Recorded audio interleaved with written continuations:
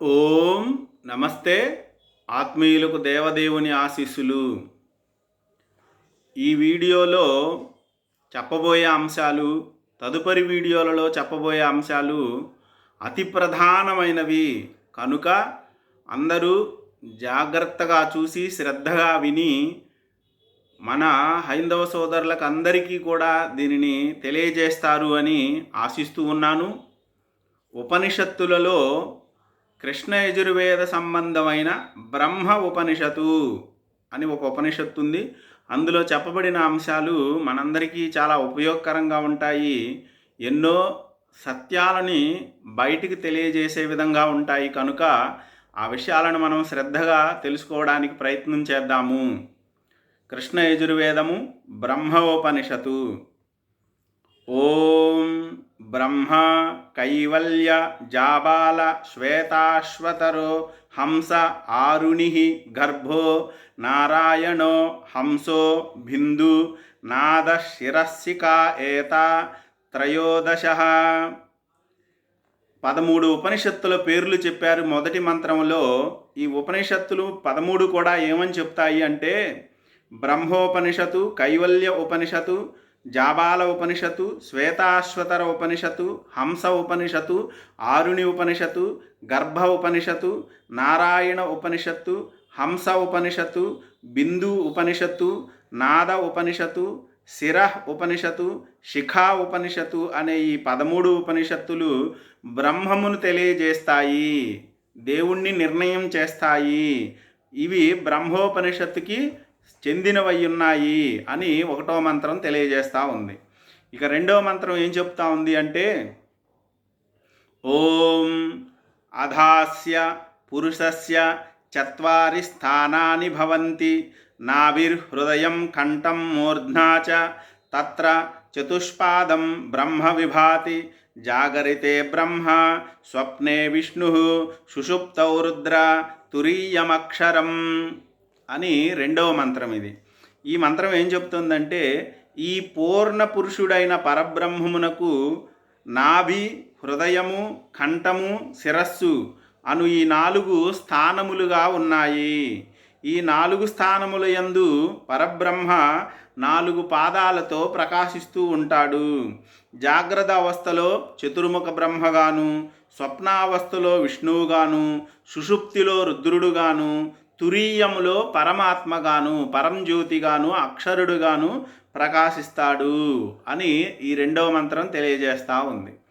ఇక బ్రహ్మోపనిషత్తులోని 3వ మంత్రం ఏం చెప్తా ఉంది అంటే స ఆదిత్యో విష్ణుచ్చేశ్వరచ్చ స్వయం అమనస్క మశ్రోత్రమపానిపాదం జ్యోతిర్విదితం యత్ర లోకానలోకా దేవానదేవ వేదాన వేద యజ్ఞాన యజ్ఞ మాతాన మాత పితాన పిత స్నుష్నాన శుష్ణ చాండాలో న చాండాల పౌల్కసో న పౌల్కస శ్రమణో న శ్రమణ స్థాపనో న తాపస ఏకమేవ తత్పరం బ్రహ్మ విభాతి నిర్వాణం అని 3వ మంత్రము.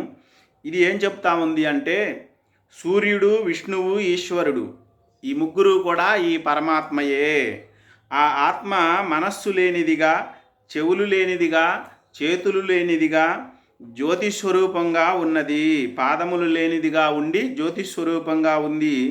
ఏ పరమాత్మయందు లోకములు లోకములు కావు, దేవతలు దేవతలు కారు, వేదములు వేదములు కావు, యజ్ఞములు యజ్ఞములు కావు, తల్లి తల్లి కాదు, తండ్రి తండ్రి కాడు, కొడుకు కొడుకు కాడు, కోడలు కోడలు కాదు, చండాలుడు చండాలుడు కాడు, పౌల్కసుడు సన్యాసి తపస్వి వీళ్ళందరూ వారు కారు. అట్టి బ్రహ్మము అఖండముగా నిర్వాణ స్వరూపంగా ప్రకాశిస్తూ ఉంది అని చెప్పేసి ఇక్కడ 3వ మంత్రం మనకి తెలియజేస్తూ ఉంది.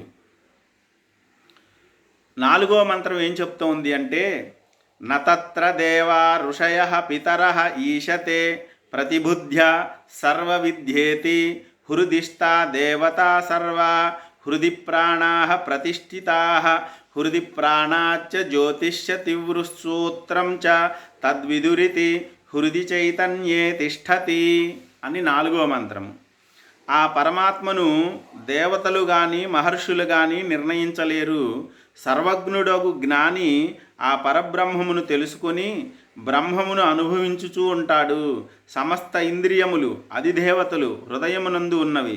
పంచప్రాణములు హృదయమునందు ప్రతిష్ఠింపబడి ఉన్నవి.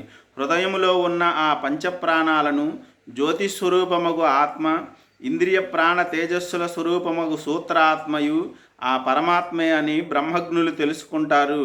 జ్యోతిస్వరూపుడగు సూత్రాత్మ జ్ఞానాత్మయు ఈ బుద్ధిలు గుహలో ఉన్నది అని ఈ మంత్రం 4వ మంత్రం తెలియజేస్తూ ఉంది. ఈ 4వ మంత్రంలో సూత్రప్రాయంగా జంధ్యము గురించి చెప్పబడి ఉన్నది. జంధ్యము అనేది లౌకికంగా వాడే పదము, కానీ దీనిని యజ్ఞోపవీతం అంటారు. మనం బ్రాహ్మణులను చూసినప్పుడు వాళ్ళ ఒంటిపైన యజ్ఞోపవీతం ఉంటుంది. క్షుర జుట్టు కత్తిరించుకొని పూర్తిగా గుండులాగా చేసుకొని వెనక ఒక చిన్న పిలక ఉంటుంది. దానిని బ్రహ్మసూత్రము అంటారు. ఈ రెండే మనిషిని ఉన్నత స్థితికి చేర్చే అంశాలుగా ఈ ఉపనిషత్తులో చెప్పబడ్డాయి. అయితే ఈ రెండింటినీ కలిగిన మనుషులు మరి బ్రాహ్మణులుగా పిలువబడుతూ లేదా ద్విజులుగా పిలువబడుతూ అగ్రవర్ణాలు అనే పేరుతో పిలువబడుతున్నారు. కానీ వాటి యొక్క లక్ష్యాన్ని నెరవేరుస్తున్నారా? వేద ఉపనిషత్తులో యజ్ఞోపవీతం గురించి, బ్రహ్మసూత్రమైన శిఖ గురించి చెప్పబడిన విధంగా వీళ్ళు ప్రవర్తిస్తున్నారా? అలా ప్రవర్తించినప్పుడు వాటి యొక్క ప్రయోజనమేమి, వాటిని వారు ధరించి ఉపయోగమేమి, ఈ విషయాలను మనం మరొక వీడియోలో తెలుసుకోవడానికి ప్రయత్నం చేద్దాము. అందరికీ స్వస్తి. ఓం నమస్తే.